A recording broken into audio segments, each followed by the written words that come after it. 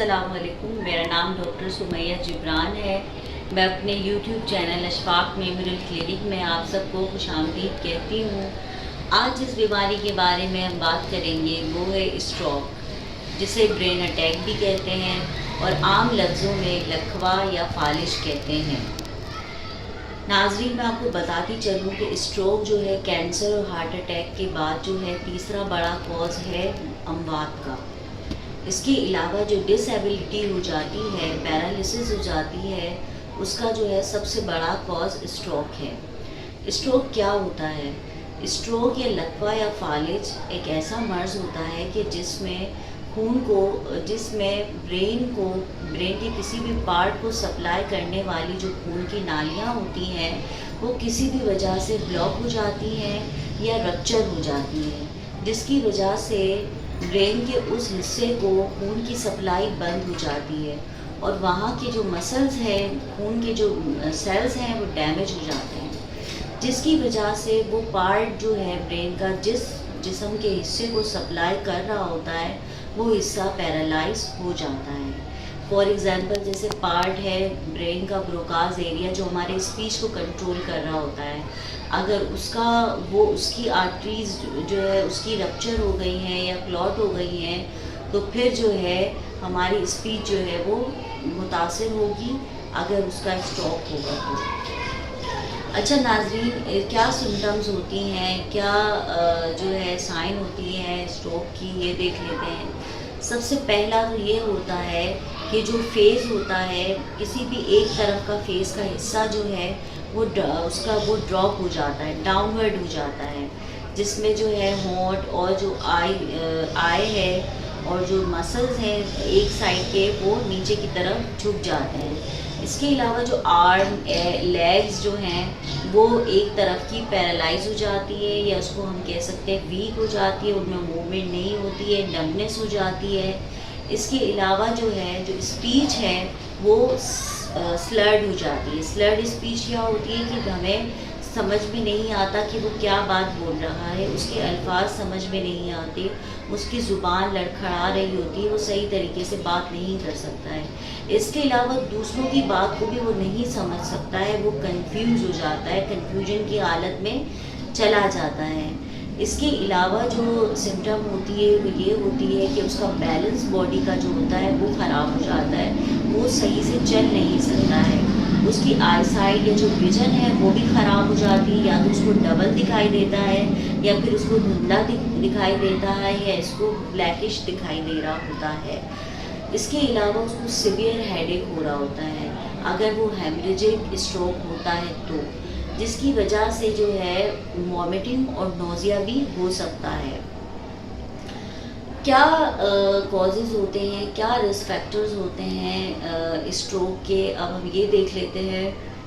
سب سے پہلا جو رسک فیکٹر ہے وہ عمر ہے، ایج ہے۔ جتنی زیادہ ایج ہوتی ہے، سب سے پہلی بات کہ یہ مردوں میں بہت زیادہ کامن ہوتا ہے، اور دوسری بات یہ ہے کہ 55 سال کی عمر سے زیادہ مرد جو ہے وہ اس سے زیادہ متاثر ہوتے ہیں۔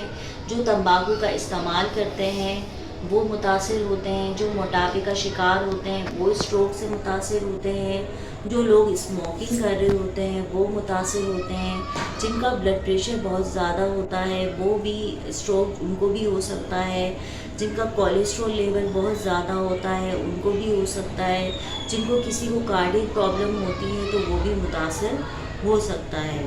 تو لہٰذا ان ساری چیزوں کو دیکھنا چاہیے۔ اب میں آپ کو ایک بات بتاتی چلوں کہ ایک چیز ہوتی ہے گولڈن پیریڈ۔ گولڈن پیریڈ کیا ہوتا ہے؟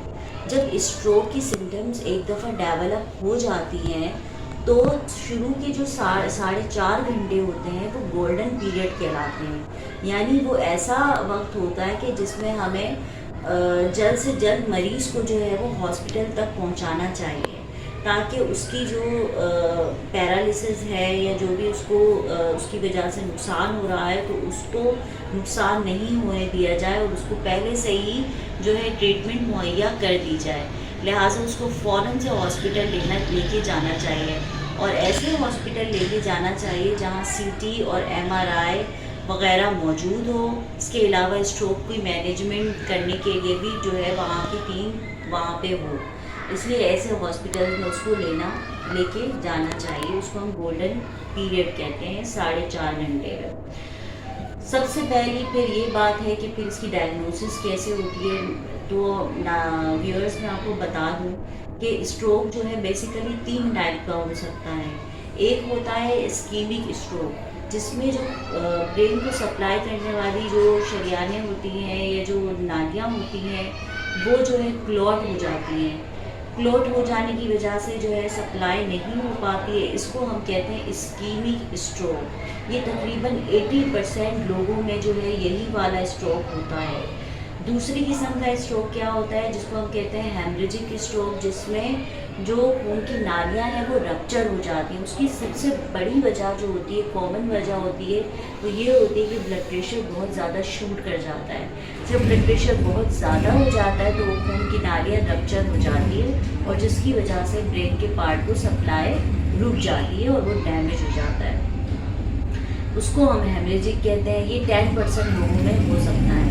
ایک تھرڈ کیٹیگری ہے جس کو ہم کہتے ہیں transient ischaemic heart disease, transient ischaemic stroke. Transient ischaemic stroke جو ہے وہ ٹیمپرری اسٹروک ہوتا ہے. اس میں ٹیمپرری جو ہے علامتیں ظاہر ہو جاتی ہیں, پیرالسس ٹیمپرری ہوتی ہے, بعد میں ریکوری ہو جاتی ہے. یہ منی اسٹروک بھی کہلاتا ہے اور یہ جو ہے الارمنگ سائن ہوتی ہیں.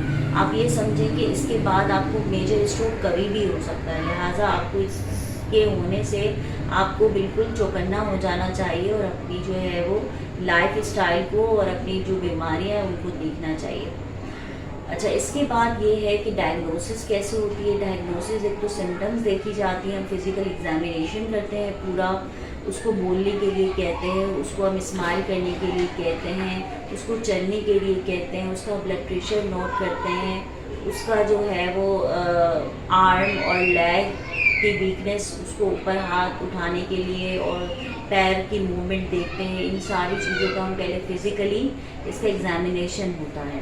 اس کے بعد جو ہے CT MRI ہوتا ہے جس سے یہ کلیئر ہو جاتا ہے کہ اس کو جو ہے وہ اسٹروک ہوا ہے. اس کے بعد جو مینجمنٹ میں کیا آتا ہے کہ مینجمنٹ میں یہ آتا ہے کہ جو ہے ریکمبنٹ ریکمبنٹ PPA کے نام سے انجیکشنز آئے ہیں, IV انجیکشنز ہوتے ہیں, وہ لگائے جاتے ہیں اسکیمک اسٹروک میں PPA کے نام سے, جس کو LT پلیس بھی کہتے ہیں. وہ انجیکشن جب لگتا ہے ایمرجنسی میں تو اس سے کافی فائدہ ہوتا ہے. اور اسی طریقے سے اس کو ہم کلوٹ برسٹنگ بھی کہتے ہیں اور اس کو ہم تھرومبولائسس بھی کہتے ہیں. اس کے علاوہ اینٹی پلیٹلیٹ ڈرگس دی جاتی ہیں.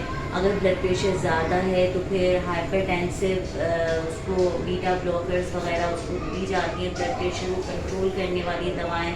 کولیسٹرول زیادہ ہے تو اسٹیٹنز دی جاتی ہیں. اس کے علاوہ خون کو پتلا کرنے والی گولیاں جیسے ایسکارڈ جو ہے کامنلی دی جاتی ہے. تو یہ اس کی مینجمنٹ ہوتی ہے. اس کے علاوہ سرجیکل انٹرونشن بھی ہوتی ہے. اچھا, اگر آپ اسٹروک سے بچنا چاہتے ہیں تو ہم سب کو اپنی لائف اسٹائل جو ہے وہ بہت صحیح کرنی ہوگی. اچھے سے ہمیں جو ہے وقت پہ سونا, وقت پہ جاگنا ہوگا. اپنی ڈائٹ ہمیں صحیح لینی ہوگی. ایکسرسائز کو معمول بنانا ہوگا. فروٹس ویجیٹیبلس لینے ہوں گے. آئلی فوڈس کو جو ہے کم سے کم استعمال کرنا ہوگا. باہر کے جنک فوڈس جو ہے ہمیں نہیں کھانے چاہیے اور ہمیں جو ہے وہ اچھی ڈائٹ لینی چاہیے. اور جس کو جو بھی پرابلم ہے, اگر کوئی بلڈ پریشر کا مریض ہے تو اس کو دوائی وقت پہ کھانی چاہیے اور اپنا بلڈ پریشر جو ہے وہ کنٹرول پہ رکھنا چاہیے. اگر کوئی ڈائبٹک مریض ہے تو اس کو اپنی شوگر کنٹرول رکھنی چاہیے. اسی طریقے سے اگر کوئی موٹا انسان ہے تو اس کو اپنا وزن جو ہے وہ کم کرنا چاہیے. اسموکنگ کرنے والے کو اسموکنگ ترک کرنی چاہیے. اس کے علاوہ تمباکو لینے والے کو تمباکو بھی ترک کرنا چاہیے. اور جو ہے اس کے علاوہ کوئی اور کارڈیک ڈیزیز ہے تو اس کو بھی جو ہے وہ ڈاکٹر کو چیک اپ کراتے رہنا چاہیے اور اس کی دوائیں اور میڈیسن وقت پہ لینی چاہیے. لہٰذا ہم اسٹروک سے ان پریونٹیو میجرز سے جو ہے ہم اسٹروک سے بچ سکتے ہیں. جی, اب میں اپنی ویڈیو یہی اختتام کرتی ہوں. اگر آپ کو میری ویڈیو پسند آئی ہے تو پلیز لائک, سبسکرائب اور شیئر کر دیجیے گا. اور جو ہے اگر آپ کو کوئی بھی سوالات کرنے ہوں, کوئی بھی آپ کو مسئلہ درپیش ہو تو آپ میرے کمنٹ سیکشن میں مجھے بتا سکتے ہیں. اللہ حافظ.